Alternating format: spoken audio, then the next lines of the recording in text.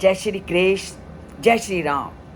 यहाँ एक बात को जानना बहुत ज़रूरी है कि प्राचीन काल में जो कुछ भी भविष्य में घटित होना होता था उसकी पहले ही कथा रची जाती थी। ठीक वही बात रामायण की इस कथा में है।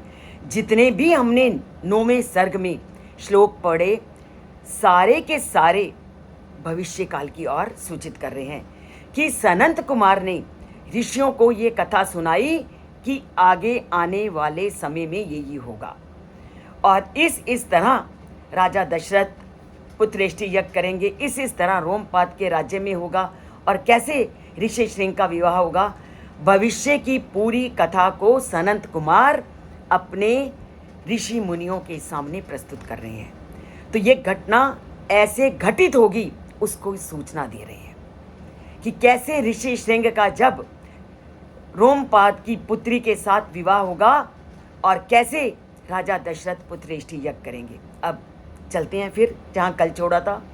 और कल हमने क्या छोड़ा था कि अब राजा रोमपाद ने निर्णय कर लिया कि मैं इस यज्ञ, इस कार्य को करूँगा और अपनी प्रजा को पुनः सुख समृद्धि से युक्त करूँगा। पर समस्या क्या थी? ऋषि श्रृंग का अपने राज्य में लाना, क्योंकि ऋषियों के अपने जो कि पूरी तरह से सांसारिक जीवन से परे हैं, ऐसे ऋषियों को संसारिकता की ओर से लाया कैसे जाए। तो उसका वर्णन इस श्लोक में कहा गया है। ततो राजा विनिश्चित्ते सह मंत्री भीर आत्मवान पुरोहितम अमात्यांश्च प्रेरिष्यति सत्कृतान। अब ऋषि श्रृंग को आश्रम में लाना है क्योंकि वर्षा तो चाहिए, क्योंकि ऋषि श्रृंग के आए बिना वर्षा होगी नहीं। तो उन्होंने क्या निश्चय किया? ततो राजा विनिश्चित्ते, तो राजा ने ये निश्चय किया किनके साथ? अपने आत्मज्ञानी जो लोग थे, अपने जो उनके मंत्री थे, उनको उन्होंने अपने पास बुलाया और उनके साथ निश्चय किया कि मैं बहुत श्रेष्ठ पुरोहितों को और अपने श्रेष्ठ अमात्यों को मैं ऋषि श्रृंग के पास भेजूंगा, जो ऋषि श्रृंग को बहुत आदर के साथ हमारे राज्य में लाएंगे। तभी उन्होंने क्या कहा? पुरोहितम अमात्यांश्च सत्कृतान, कि मैं पुरोहितों को और अमात्यों को भेजूंगा उन ऋषि श्रृंग को अपने आश्रम में लाने के लिए। तो ये बहुत बड़ी बात है कि हम अपने देश के ज्ञानवान लोगों को कैसे समादृत करते हैं, कैसे उनको सम्मान दे करके हम अपने यज्ञ में उनको निमंत्रित करते हैं। तो ये कार्य अब कौन कर रहे हैं?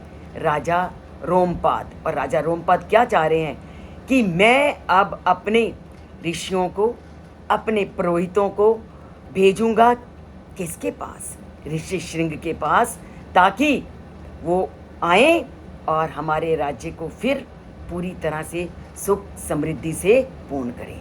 तो इस श्लोक में राजा के आदर्श शासन व्यवहार का वर्णन किया गया है। राजा कोई भी जो महत्वपूर्ण निर्णय है वो अकेले नहीं करते, बल्कि अपने मंत्रियों के साथ विचार विमर्श करके वो उचित निर्णय लेते हैं। जब हम सबको साथ लेकर के चलते हैं, सबके विचारों के अनुसार चलते हैं, तो वो जो विचार है अंत में अवश्य ही फलीभूत होता है। निर्णय लेने के पश्चात वह योग्य, सम्मानित, विश्वासपात्र पुरोहितों और अमात्यों को आवश्यक कार्य हेतु भेजने का निर्णय लेते हैं।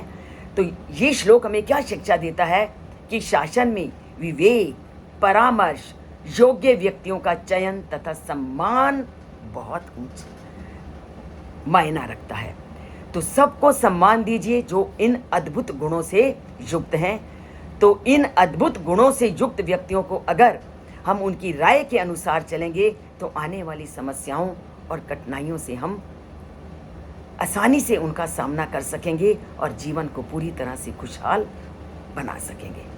तो जैसे हमारे ग्रंथ हमें सीख देते हैं, वो इसीलिए आज भी पढ़ाए जाते हैं, ताकि आज का जीवन भी अगर समस्या आए तो हमने कैसे उन समस्याओं को सुलझाना है। इन सब बातों को जानना है, चैनल से जुड़ना है और वाल्मीकि की रामायण से नाता जोड़ना है। और जन जन तक रामायण को पहुंचाना है। सब्सक्राइब नहीं किया तो सब्सक्राइब करना है और लाइक का बटन दबाना है।